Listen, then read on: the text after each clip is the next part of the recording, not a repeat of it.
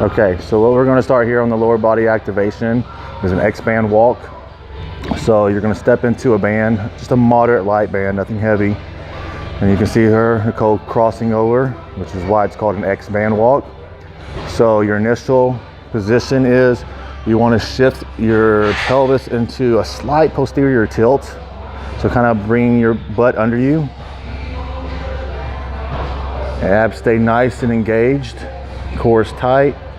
And think about taking a stride, pushing through the heel out to the side. You're looking to contract your glute med every step. And obviously, it's only contracting on the side that you're stepping with.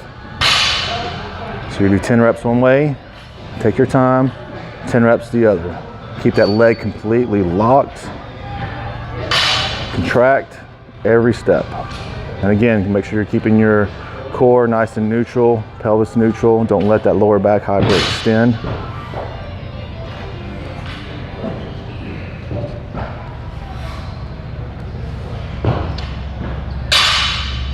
Okay, next up, we're going to do a hollow body hold. So this is to help turn on your TVA. So basically we're turning on everything that stabilizes the pelvis.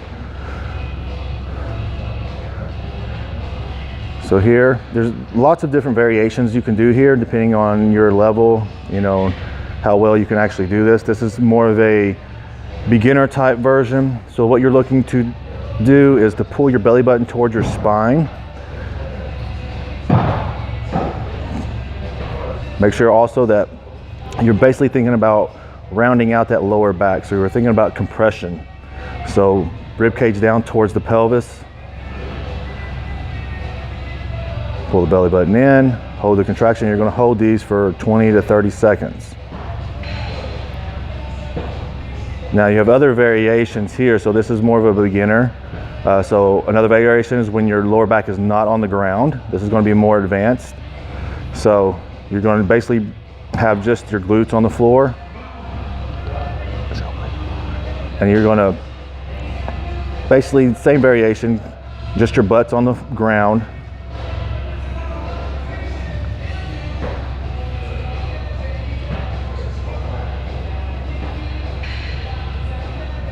And if that's too hard, you can raise up a little higher with your upper torso and bend your knees slightly more. This is, in my opinion, a better version because it teaches you to tuck. And next, we're going to go into a frog hip extension.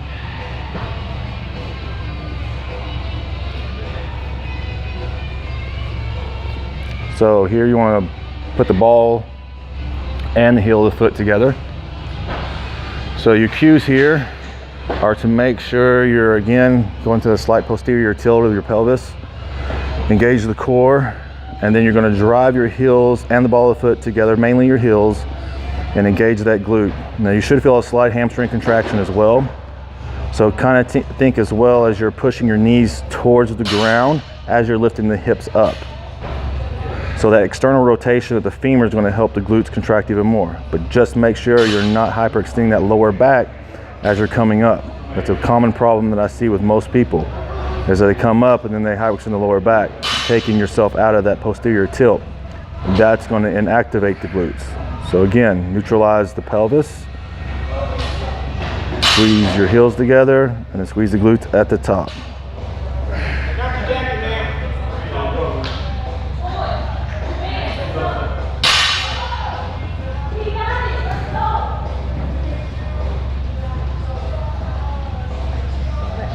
Okay, next we're going to do a rectus fem activation. So obviously the rectus femoris ties into the pelvis as well. It's a huge stabilizer of the pelvis. So what you want to do here, again, always hand on the abdominal wall. Make sure you're keeping that back nice and neutral. So nice tension in the abdominal wall. You're going to push into the palm of your hand, only about 2 to 3 pounds of pressure, nothing hard. And then you're looking to contract the rectus fem on the extension. So again, pushing slightly into the hand, contract the rectus fem, hold the contraction for at least 2 to 3 seconds, basically trying to get almost a cramping type contraction, and then back down. So remember, we're just trying to turn things on here, so don't push into the hand really hard. You only want about 2 to 3 pounds of pressure with your hand pushing into the rec film.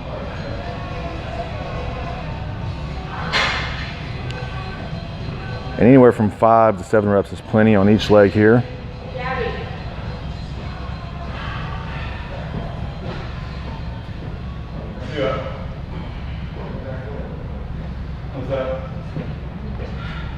And again, make sure also you do both sides.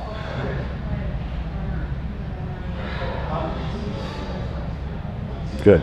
So next we're going to lay in a prone position, so face down. So we're going to work on hamstring and glutes here. This is a really good one because people really have an issue with the hyperextension in the lower back, especially when they're doing like a leg curl variation or a glute ham raise or even a back extension to isolate the glutes. So what you want to do here initially is you're going to kind of pull the top of the pelvis towards the rib cage. So again, contracting the abs, pulling yourself into a slight posterior tilt. Then you're going to curl the leg up into a peak contraction in the hamstring. From this position, make sure that you keep that lower back neutral, and you're going to drive up and squeeze the glute. Holding that for 3 to 4 seconds. Again, do not hyperextend the lower back. You're looking to keep that neutral. Back down, neutralize the pelvis, so tuck it under. Squeeze the hamstring, peak contraction. Lift up, contracting the glute. You just want that quad to come off the floor slightly. It's not going to go too high. So work in your active range. So squeeze the hamstring. Lower back abs are engaged. Squeeze the glute hard, 2 or 3 seconds. Back down.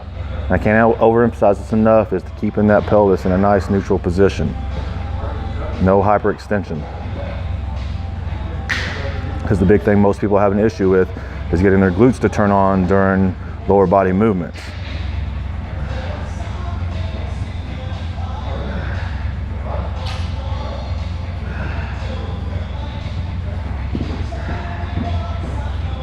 And again, just around 5 to 7 reps on this on each leg.